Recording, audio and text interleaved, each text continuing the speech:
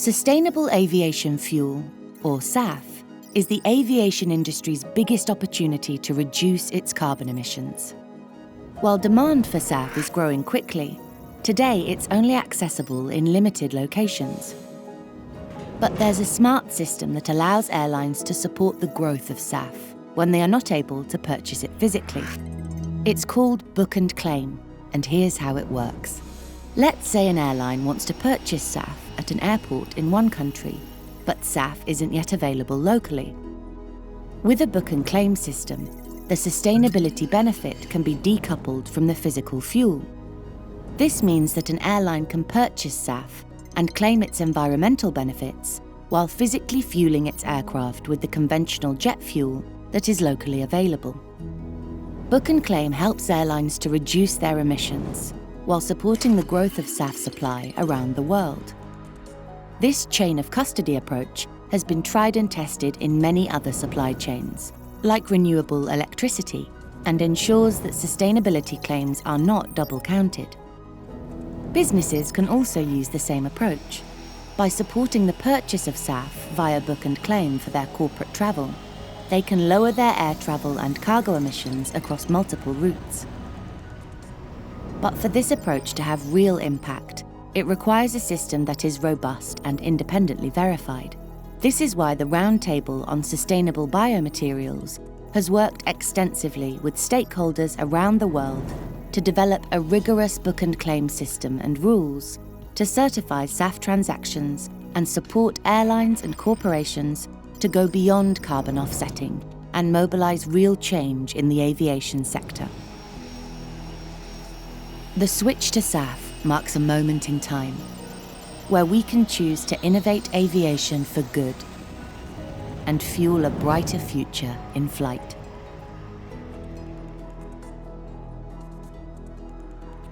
To learn more about how you can use Book and Claim, visit our website.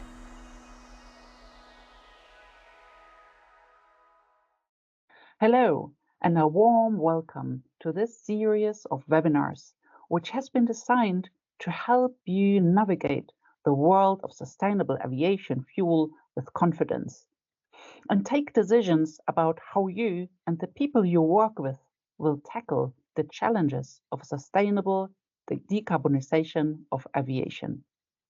RSB has partnered with Alaska Airlines and Microsoft to develop the resources at safnow.org to make the sustainable transformation away from fossil fuels easier to navigate.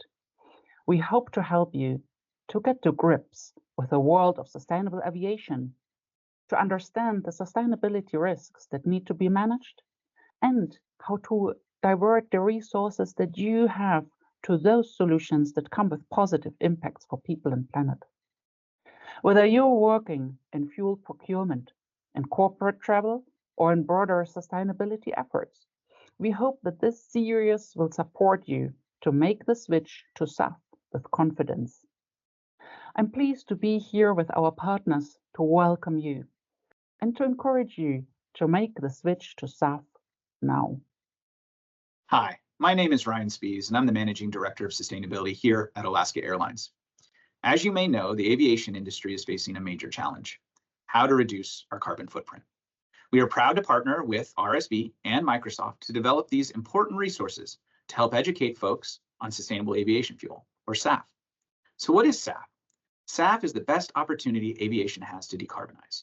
It is functionally equivalent to conventional jet fuel, and it can be used in just the same way: delivered to a fuel farm of an airport and used in aircraft we operate today.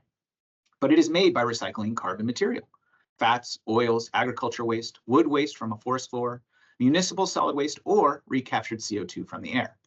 Because of that, and the production processes used, SAF has an 80% less life cycle emission than conventional fuel, or in some cases up to 100% less. But there are some really big challenges. One, there isn't enough of it. And two, where there is, it costs 2 to 5 times more than conventional fuel. And while this may sound dramatic, we know to overcome these challenges, we need to work together.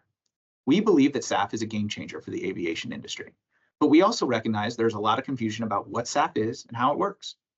We hope these webinars help to educate key stakeholders like yourselves on SAF, what it is, where it comes from and how, new technological advances in its production, and how a chain of custody approach can unlock supply.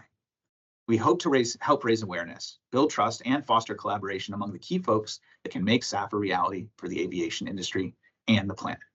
Thank you for joining us and enjoy today's webinar. My name's Julia Fiddler, and I support fuel and material decarbonisation at Microsoft. I'm delighted to be able to introduce this series of webinars that will explore the topic of sustainable aviation fuel, or SAF, and how it can help us achieve our climate goals. We need to demonstrate that through partnership and collaboration, we can create innovative, credible and transparent decarbonisation solutions for industries that are vital for our society and economy. We need to transition to a more sustainable future, and we need to do it now. In this webinar series, you'll hear from experts who'll share their insights and experiences on SAF. You'll learn about the benefits and challenges to be considered in the production and the use of SAF, and the opportunities and resources for getting involved. We hope this webinar series will help you build confidence and knowledge on SAF and encourage you to start your own SAF journey. Thank you for joining us today as we introduce this SAF Now webinar series. We hope you're as excited as we are to learn about SAF and how it can help us achieve our climate goals. And welcome to the fourth and final webinar in this series developed to support the switch to SAF now. My name is Hannah Walker and I'm here from RSB to guide you through the last of our webinars. And I want to thank everyone who's actually attended these so far. I see a lot of names popping up week on week, and I want to thank you for attending through all of the different time zones. I see people here very late at night in Asia, very early in the morning on the Pacific coast. So thank you all so much.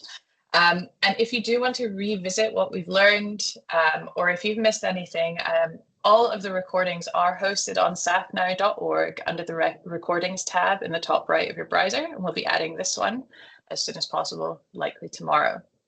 The series has been made possible by a partnership between RSB, Alaska Airlines and Microsoft, and a huge thank you to those partners for making this happen.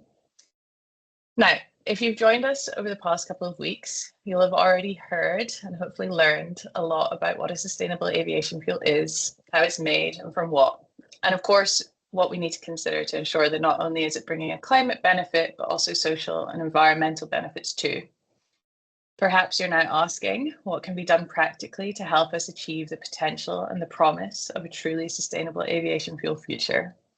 Well, from policy, finance, production and more, there is of course a lot to do and a lot that is being done. And one tool that's really emerged as vital to meeting the cost of SAF, overcoming the limited supply locations, supporting scale and increasing bankability of SAF projects is book and claim. So today we're going to dive into book and claim, aiming to demystify the solution and show how it can be used by everyone in the SAF value chain, from producers, airlines, companies, and even passengers, to help grow a sustainable, decarbonised aviation sector. I know that we're going to have a lot of questions during this session. Book and claim is always a hot topic, so I want to remind you to use the Q&A function, which is in the top bar of your Teams. We'll try to get to as many of these questions as possible during the session. So without further ado, let's have a look at today's agenda and the amazing speakers and experts who are here to bring you a lively hour of learning on book and claim. Our first, Adam Kleiber, joins us from World Energy, where he's Vice President of Sustainability and Digital Supply Chain. Adam is a book and claim pioneer and an incredible leader in working to drive down the carbon intensity of products. Previously, Adam was at the Rocky Mountain Institute addressing harder to abate sectors, where he co-founded the Sustainable Aviation Buyers Alliance, known as SABA, with the Environmental Defence Fund. Adam is also currently the chair of the RSB Board of Directors, and he's going to give us the 101 on book and claim, what it is, how it works, and how we can use it to get SAF and other products to scale. Can't think of anyone better placed to lead us through that journey. Secondly, you're going to be hearing from Julia Fiddler, who's the Fuels and Materials Decarbonisation Lead at Microsoft. Another incredible pioneer who's been instrumental in Microsoft's leadership in aviation decarbonisation, supporting large-scale purchases that are essential to grow production and unlock the benefits of SAF.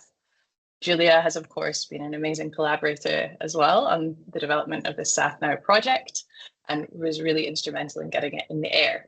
Today, she's going to look at how organizations like Microsoft and like the ones that many of you on this webinar today represent can use book and claim to reach their climate goals, and what is going to be essential to build trust for those SAF purchases and this approach. And speaking of trust, our final speaker on the webinar and on the series is my colleague, Jill Alker. Jill leads the RSB's book and claim program, which is built on a foundation of rock solid commitment to trust and credibility. Jill will be peeling back the layers of the trust onion to show how a book and claim system needs to be built to ensure that SAF purchased on a book and claim basis is really bringing the carbon and sustainability benefits it promises, and so that its users can have confidence in the claims they're making. Jill is an environmental engineer by training and has spent her career in diverse roles across the bioeconomy, bringing a unique blend of experience and insight here today. So I will not take up any more of your time and hand over to Adam to kick the session off. Adam, over to you. Oh, you're muted. Thank you, Hannah. Okay, so moving on to the presentation deck. Let's see here. All right, so I'll start off a little bit about my company and why it's pertinent. So World Energy is a sustainable aviation fuel and renewable fuels producer. We actually operate the world's first commercial scale sustainable aviation fuel production plant in the Los Angeles region, and that was starting in 2016. The reason why book and claim is pertinent to us today is we are structuring our long-term agreements with book and claim, and Microsoft helped us pioneer this process, and this will help us to build new plants. So we also, besides our operations in California, we are building a plant in Houston that's also using the same hydroprocessed esters and fatty acids or HEFA conversion to make waste oils into sustainable aviation fuel. And so we'll build that, and that will be coming online in 2028.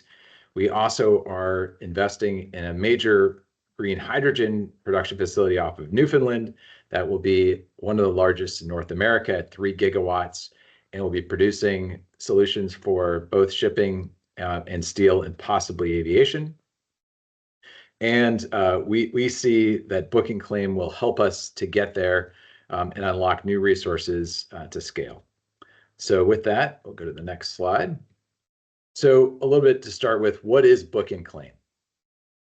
So here is a diagram that shows a split, because book and claim essentially is decoupling the physical attributes, so the physical molecules from the environmental attributes. So we can move, both of those can move separately, and we can track them independently.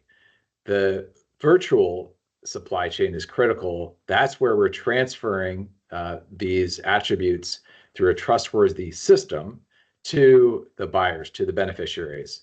And you can see in this diagram here that the beneficiaries actually could be multiple parties.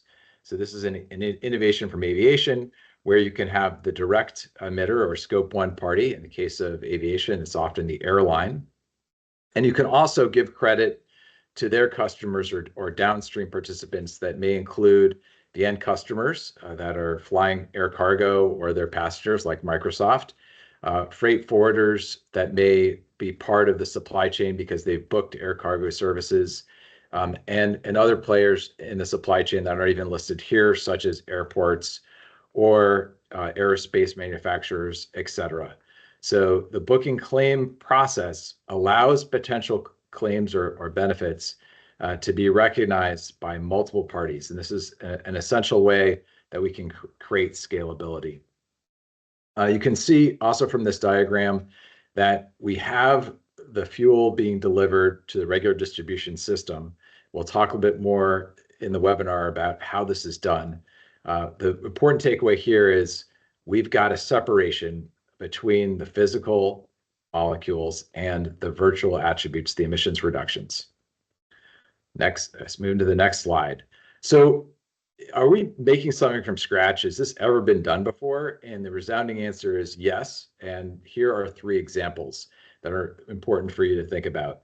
First, we all use book and claim in the form of credit cards. So we have accounts, and a monetary amount is deducted from our account every time we make purchases. This is something that we have trust in because it works, it's scalable, and in fact, it has enabled new industries like e-commerce, booking flights over the internet. This is possible through this trustworthy service of credits that eventually the credit card holders will have to pay when they get their bills. And this system is something that allows for far more flexibility and speed than having to rely certainly on paper-based cash as a system or derivatives of physical cash such as checks. So another example that we've seen actually in the climate area that's been going on since the early 1990s, and that's in the renewable energy credits or certificates, known as RECs, or in Europe, IRECs, the International Renewable Energy Credits. These have helped to support solar and wind development. They are different from what we're looking at in aviation because they are credits that recognize the use of a renewable electron. They do not equate necessarily with emission reduction. And because of this, there have been questions about what is the connection to energy transition or to emissions claims via the purchase of RECs, and what are they actually accomplishing? So we are borrowing from the model from RECs, but we can improve upon it in aviation, and I'll show you more about how that's improved later in this deck. And lastly, in terms of application to fuels, the U.S. Environmental Protection Agency in the U.S. uses a database called EMTS, and that is actually a registry, and it accounts for renewable index numbers, RINs, that are attributed to an agriculturally produced feedstock. So this system has been used for almost 20 years, and it's enabled us to make progress in the United States with renewable fuels, and it has helped to eliminate the potential for fraud and errors in the accounting, and is another viable example to think about. Okay, so why is booking claims so important in aviation? This is a key example here. I'm showing you an actual transaction that was proposed to World Energy, where we would take about 35,000 gallons of fuel and transport it from our Paramount LA facility all the way to Louisiana and New Orleans. It would have taken about 5 trucks with 5 drivers or potentially even more drivers because they need overnight relief. They have hotels. There are other expenses associated with the logistics from a personnel standpoint, but you can see from an environmental impact standpoint that this is significant, where we were looking at potentially 24 metric tons of CO2 emitted over this distance from the trucks. So if we could deliver instead to Los Angeles area airports that are on average 50 miles from our plant, we'd be looking at a small fraction, about 40 times less emissions, and about 50 times less cost, because this would have cost our customers about $50,000 to transport those gallons to Louisiana. So our customers agreed that this did not make sense. There's already enough of a price premium for sustainable aviation fuel.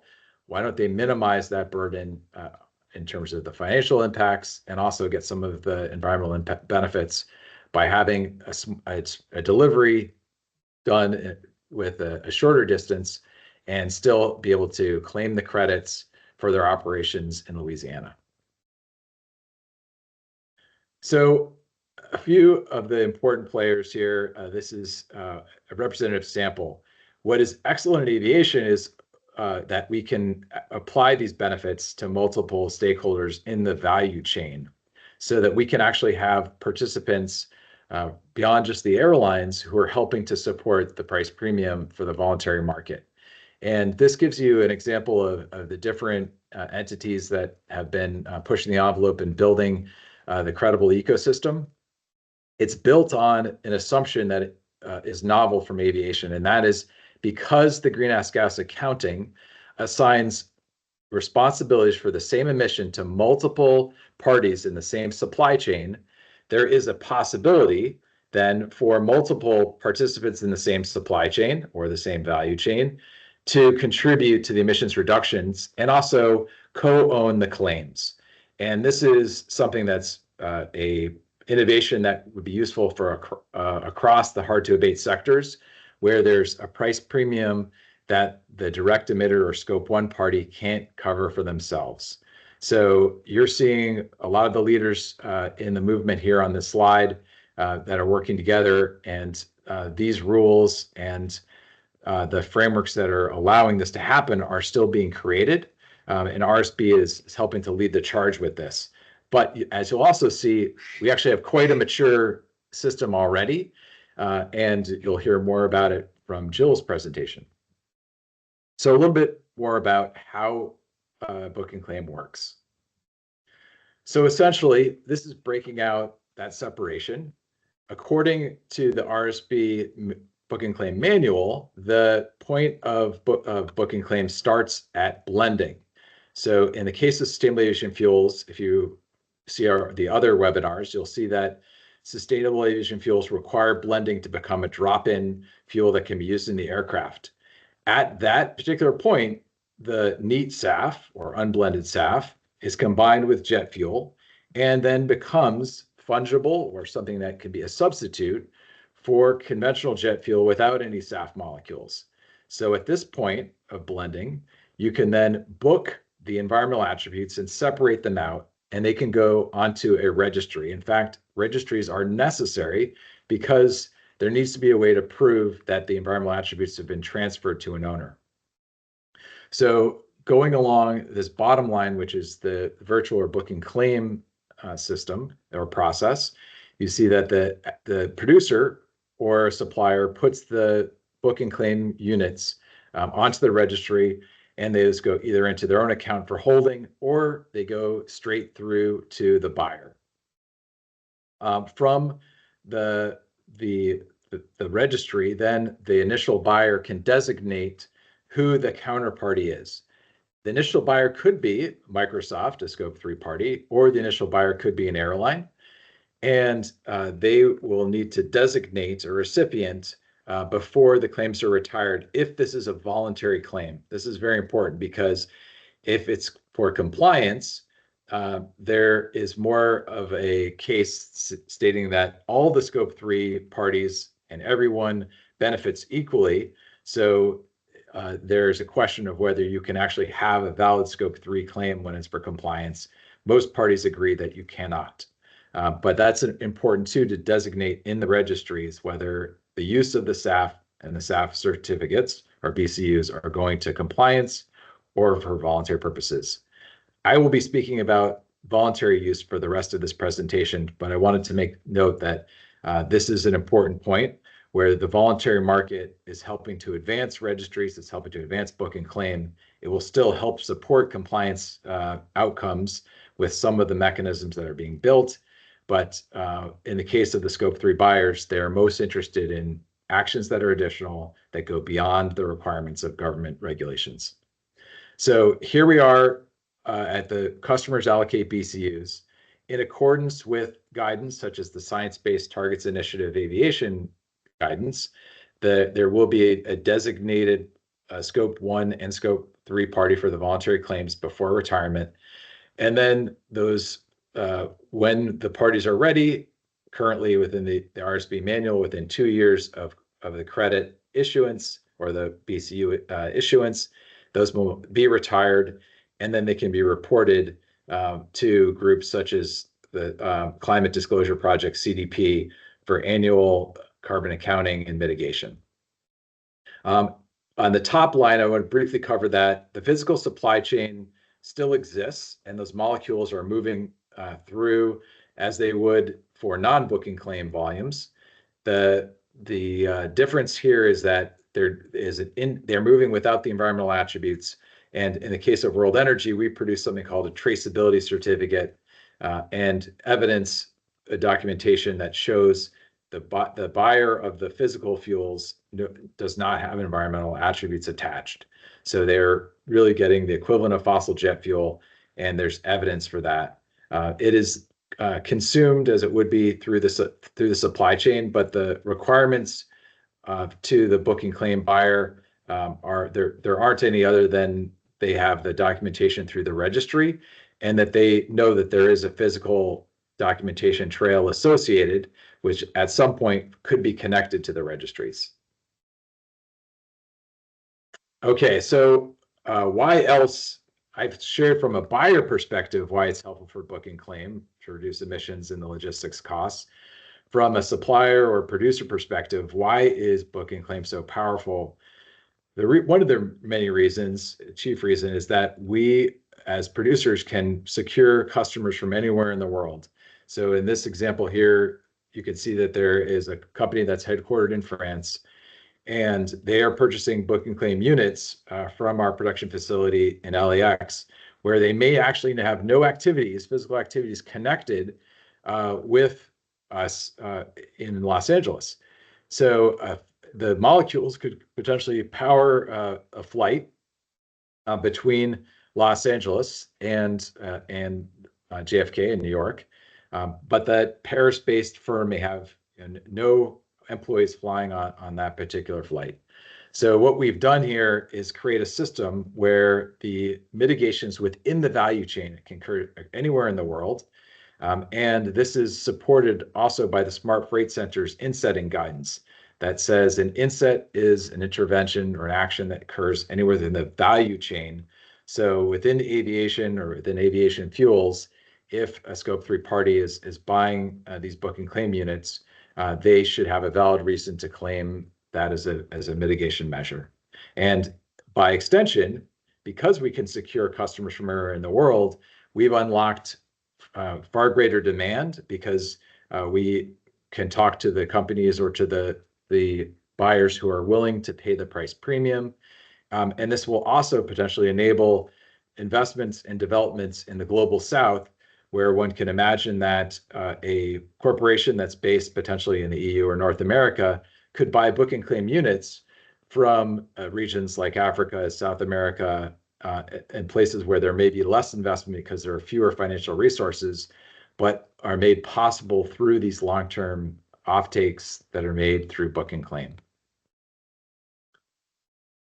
All right, Jill's going to talk more about the trustworthy aspects of book and claim, but I wanted to stress in this slide that what makes this possible for trust and for tracking is the digital registry. So in a normal or say conventional transaction, when we sell our physical fuel to an airline, we provide something called the proof of sustainability document. It shows that the feedstocks and that our production process is sustainable. We are RSB certified, and we provide that within the documentation called the POS for short. That POS is surrendered in the book and claim system.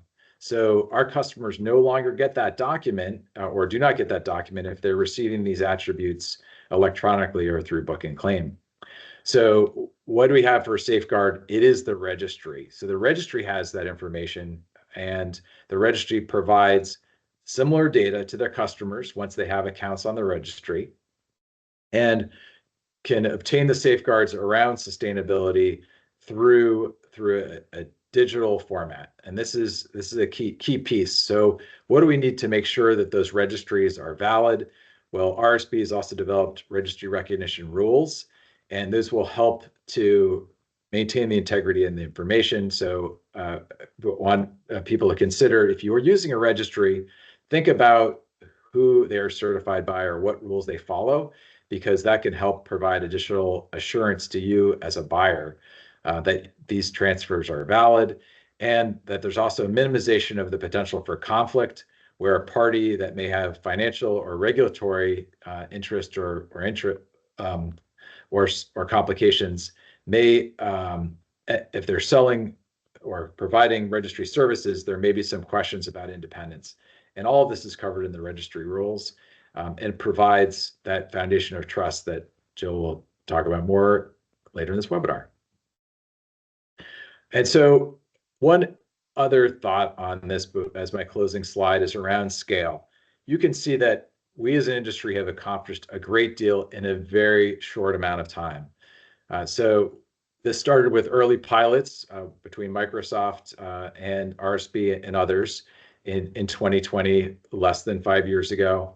And we moved along through the first net zero flight from Etihad, through the book and claim manual, through the establishment of registries and other important milestones. In 4 years' time, we have a credible foundation to build on. We are not done yet, though. In order for a broad number of companies to participate in the voluntary market, they may be waiting for an important signal from the Science Based Targets Initiative, from the Greenhouse Gas Protocol, that they recognize aviation book and claim. All the ingredients for a trustworthy system are in place. You'll hear that more during Jill's presentation. The question is whether an individual company feels comfortable and confident that they can participate before that occurs. So what we're showing you today is that these elements are in place. There is some requirement of leadership and risk for some parties to go and make these purchases, but they are very sound and are essential to scaling the industry. So we've made progress, and it takes about 5 years or so to revise the Greenhouse Gas Protocol's guidance. So in less time than that, we have shown that this industry can work, and let's continue to build it together. I'm looking forward to hearing Julia's presentation. Thank you so much, Adam, for that amazing overview of book and claim, and indeed how far it has come in the last just 2 or 3 years. So with that, I'm very pleased to hand over to Julia Fiedler from Microsoft, who is going to give us the perspective of why organizations like Microsoft are really interested in this as a solution. We have a lively discussion happening already in the Q&A, so please feel free to add your questions. Over to you, Julia. Thanks, Hannah, and thanks, Adam. Great to be able to follow on from such a detailed description of book and claim and some of the history, and hoping I can add to that with a little bit of context from a buyer's perspective and Microsoft specifically. Glad to be with you today, as well as this final webinar from RSB, and I'd like to share thanks to RSB for facilitating and enabling us to learn from their vast range of experience, and then the stakeholders they've brought in to help share their knowledge. So thank you for that. I want to talk a little bit about the history of what brought Microsoft to being involved in this topic at all, and start back prior to 2020, when we set our latest commitment, which is to be carbon negative by 2030. It was actually before then Microsoft had a science-based target, and as part of the corporate travel team at Microsoft, I considered that an opportunity to convert that commitment that had been made by our organization into an initiative, and that being to look at ways that we could meet that commitment through decarbonisation efforts.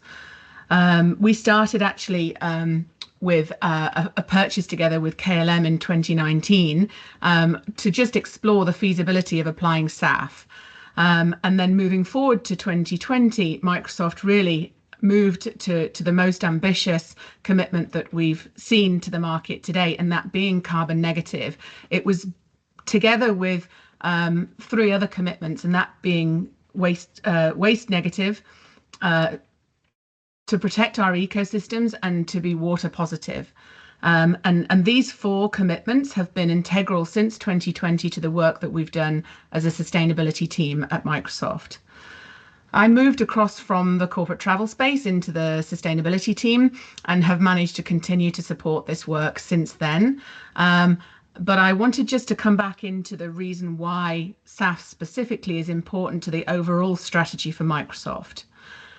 This is just an insight from our latest sustainability report, and what it shows is that our scope 3 emissions, which are those that are outside of our direct control, so often within our suppliers that we're buying purchase goods and services from, that we're buying freight and logistics services from, services such as business travel, those are one of the largest areas of emissions that Microsoft has to tackle within that carbon negative ambition.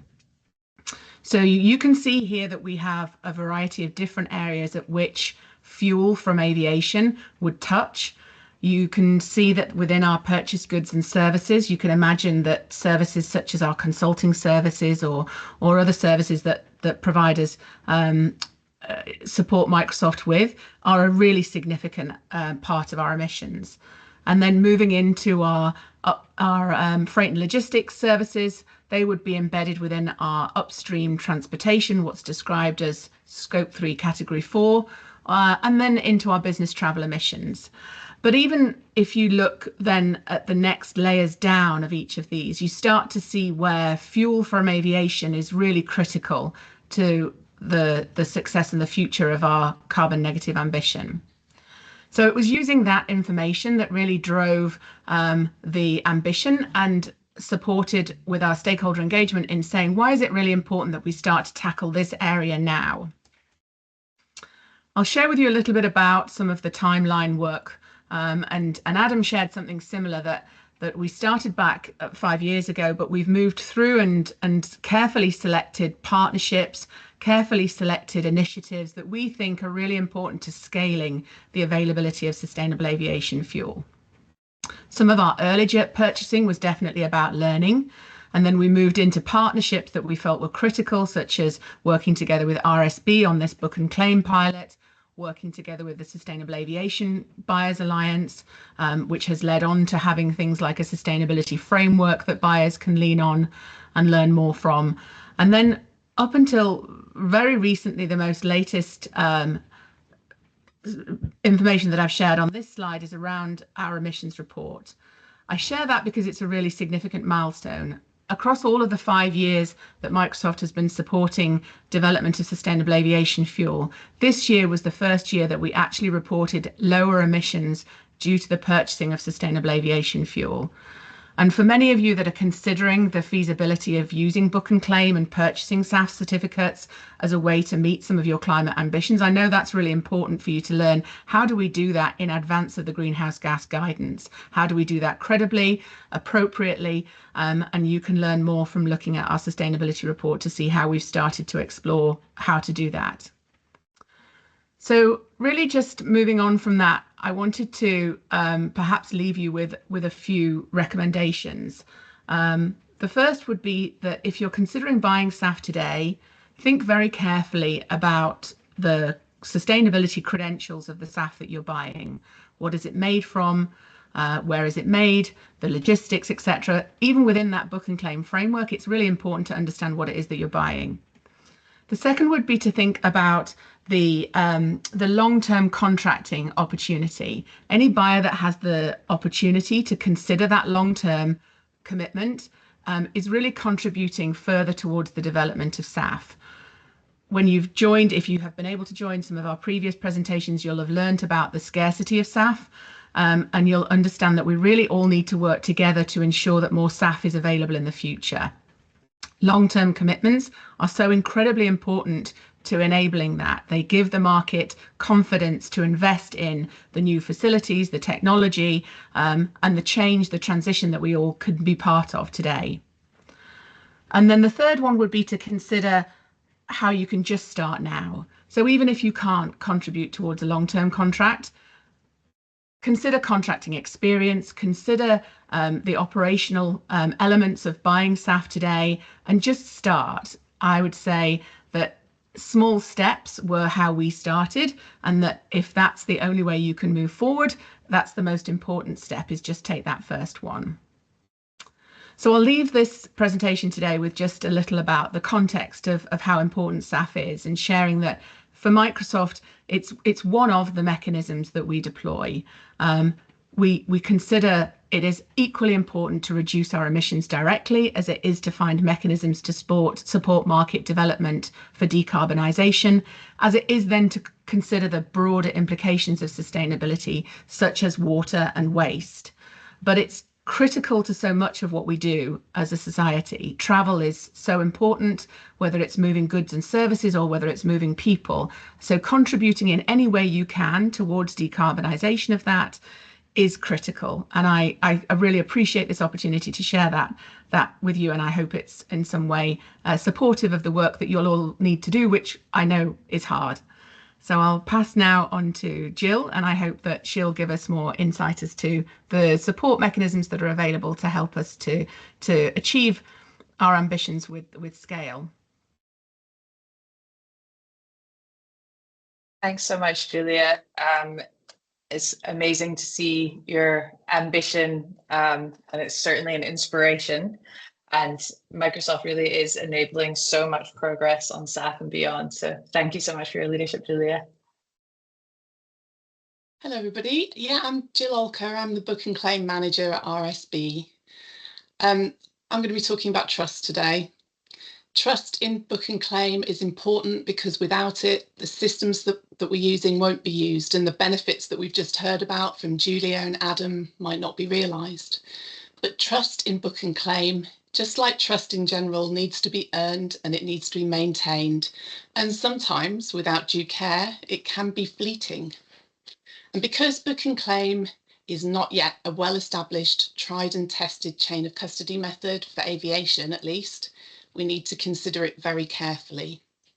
So RSB has worked really hard in trying to ensure that there's trust in its book and claim system by building the elements within our system needed to enable organisations to confidently use the systems and unlock the benefits. In this short presentation, I'm going to explain those elements of book and claim and explain how it's evolved over time and how we hope that trust in our system has been developed. This slide explains the book and claim programme. It consists of the book and claim system, which is represented by the box in the centre of this slide. This system comprises of the registry, a secure online database which tracks the transactions of sustainable attributes between the different parties in the supply chain. The book and claim manual, which is the normative procedure, which describes the functioning and rules of the book and claim system, and the recognition procedure, which is another normative document that describes the process by which other registries can be recognised by RSB. Importantly, the RSB book and claim system doesn't involve any commercial transactions. No money changes hands in the registry. All commercial agreements are arranged and carried out independently between the buyers and the sellers of the sustainability attributes, and RSB don't participate in those commercial agreements. And also importantly, the RSB book and claim system is underpinned by robust sustainability certification to ensure that any sustainable fuel tracked through the registry fulfills not just sustainability requirements of the fuel, but also the rules associated with the manual and the registry. This ensures that decoupling of the sustainable claims is independently verified, and the whole process right through to the claim is certified. The system has been developed over time and it continues to be improved and validated through a series of pilot projects with member organisations and with consultations with our 84 book and claim platform members, which represent 52 different organisations. For example, we're currently in the process of expanding the system to allow it to also work with sustainable marine fuels. And we've just completed a stakeholder consultation to gather the maritime industry's views on how it should all work. And as you might be aware, there are a number of other initiatives who are working on developing their own book and claim offering, and we work collaboratively with them very closely. And we're trying to harmonise the ecosystem to develop a robust implementation and provide increased awareness about the solution. And thanks to this work, we've recently been awarded grant funding from the ICEAL Innovation Fund. This grant will support efforts to cultivate a registry ecosystem that promotes interoperability between registries, mitigates double counting risks, and ensures compliance with voluntary reporting frameworks. So the book and claim programme was initiated in 2021 when we carried out our first stakeholder consultation and our first pilot. The following year, we launched 7 pilots, and transactions were carried out in an Excel-based registry, tracking the attributes of almost 5,000 tonnes of SAF from the suppliers through to the claimants. This allowed us to develop the rules and the logic so that by the following year, that was last year, we were able to publish the book and claim manual and launch the online registry. We also launched our partnerships with other key initiatives. This year, we're growing the use of the registry even further. We're focusing on that interoperability research that I mentioned in the last slide, and we're continuing with some of the pilots to broaden the scope of the system to track the different types of claims that I mentioned, and also moving into different sectors. Since the registry launched in November last year, we've had over 14,000 tonnes of SAF registered onto the registry, and 42 retirement statements have been issued. Those retirement statements total over 1,000 tonnes, and we've got 15 organisations using the registry. 8 of those are currently RSB certified for book and claim trading. We've completed, or we're near to completing, 8 pilots, and we're now currently working on 4 more. And we will continue to expand and improve the system in coming years, and we look forward to working with the SBTI to support them on developing their updated aviation guidance next year. So the subject of my presentation today is how we ensure trust in book and claim, and we believe that the trust needs to be built up in layers. At the core of RSB's book and claim system is the online registry. It's not working. Okay, I'll just carry on. So right at the core of that diagram that you can see, maybe Hannah can help me. It doesn't want to work. Worked perfectly when we tested it. It did, didn't it? Never mind. Okay, so at the core, we have the book and claim system. And as you've seen, it's built up over time through testing with pilots and aligning with other leading initiatives. And we've built in immutable traceability and security, and the whole system is subject to independent third-party auditing. Retirement statements showing the sustainability attributes of the fuel that's passed through the system are publicly available for anyone to view on the website. On top of the registry sits the manual, which is a normative procedure and is itself subject to independent assessment. It defines the registry's fundamental rules, such as our approach to avoiding double counting, our stance on additionality, data collection and documentation requirements, and the processes involved in registering, transferring and retiring claims. Those rules must be adhered to, or access to the registry will be withdrawn. And these rules have also been developed through collaboration and testing using pilots, and they are transparent and publicly accessible. On top of the manual sits certification. Our standards are publicly available, as are the lists of participating operators that hold our certificates. The standards cover a wide scope and are broadly risk-based.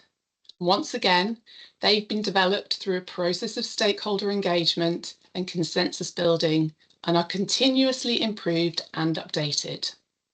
And importantly, their application is verified using robust third-party auditing. The final layer is governance.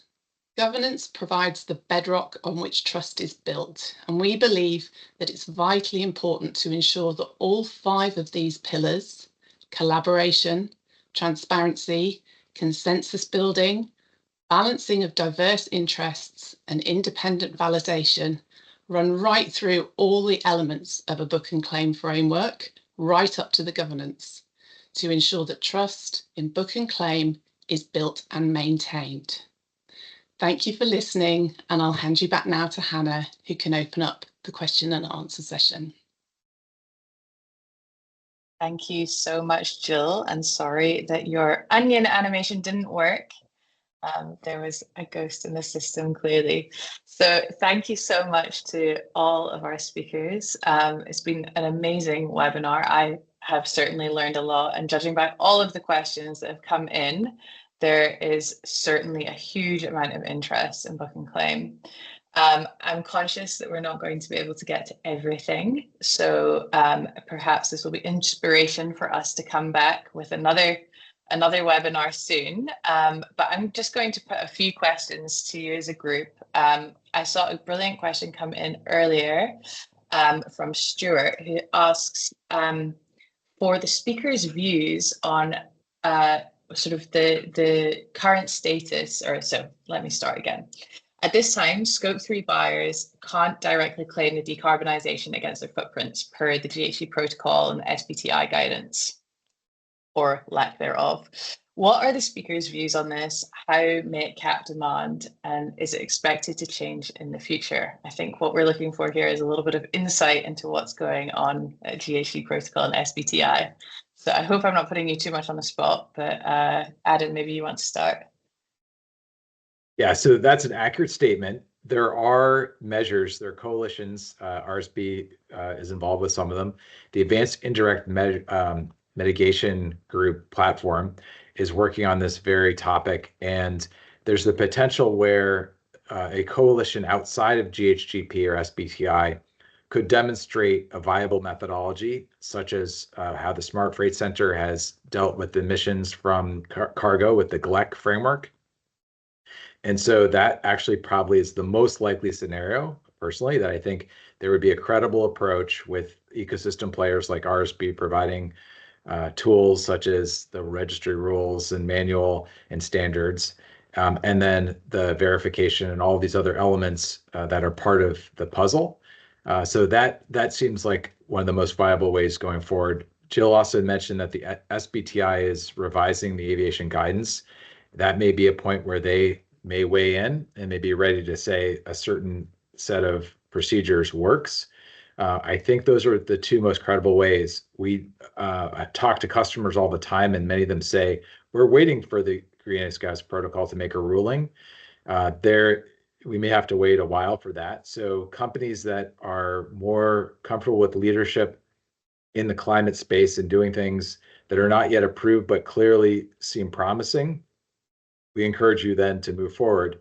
If you still have more questions and you need to build internal support, maybe you can follow the press releases and the media news where you can show all these companies who do have the courage or confidence or courage to move, and that may help to convince your leadership to do the same. So there could be momentum that's growing.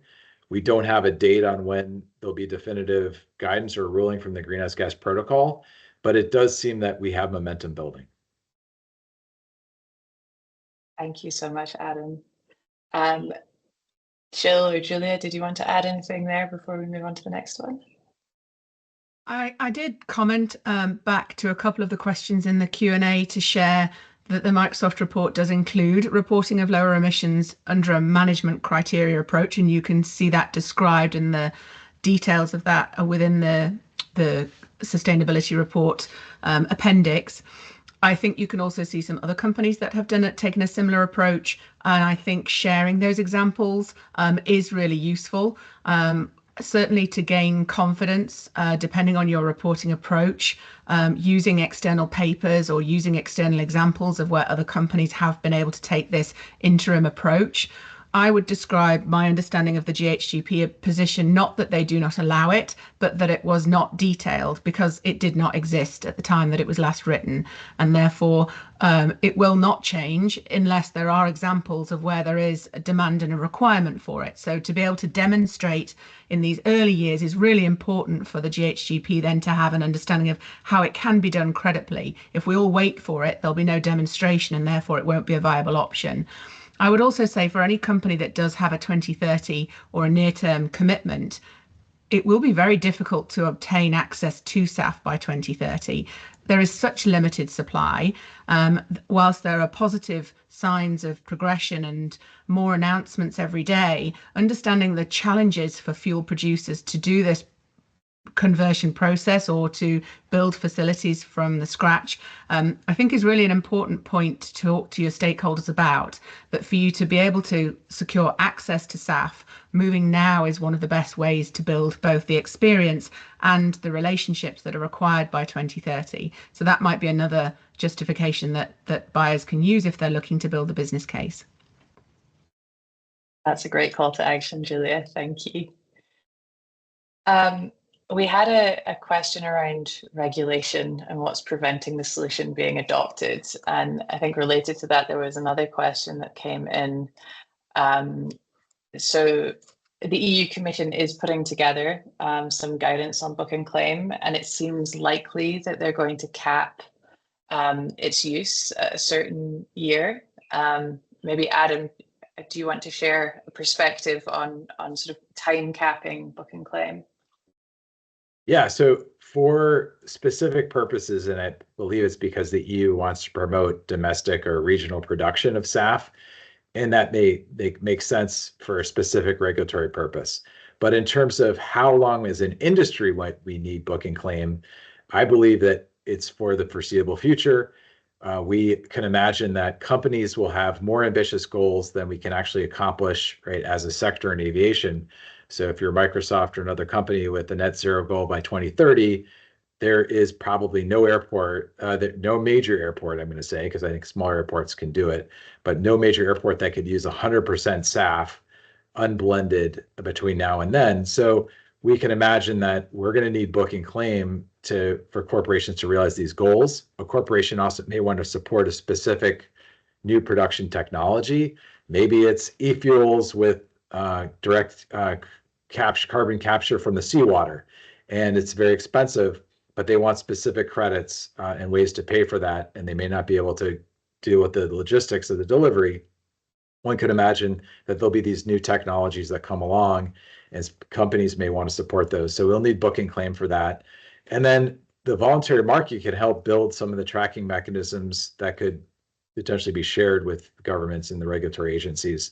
So the registries that are working, the RSB is operating, and others, those could also have compliance units or the same booking claims, but for regulatory purposes.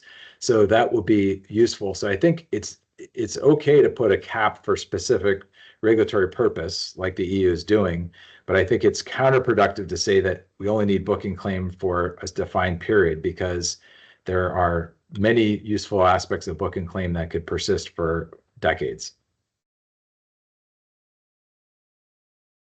Thank you so much, Adam. We are at the top of our hour. This has been an extremely lively Q&A, and I'm sorry that we've barely been able to scratch the surface, actually. So I would like to assure everyone that we will be keeping a record of all these questions, and we'll definitely be looking to see how we can build out another or a future engagement. In the meantime, I really encourage you to keep using the resources from SAF Now. They are available to you. If you want to learn more, you have both the animations that you saw at the start of each webinar, but there are fact sheets that support. And for much, you can dig in on deeper topics by engaging through the RSB and our certification standards.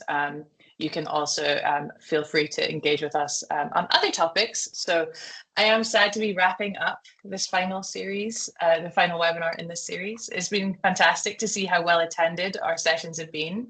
And I have to thank everyone who's joined in, listening, sending through so many great questions and engaging on these important topics.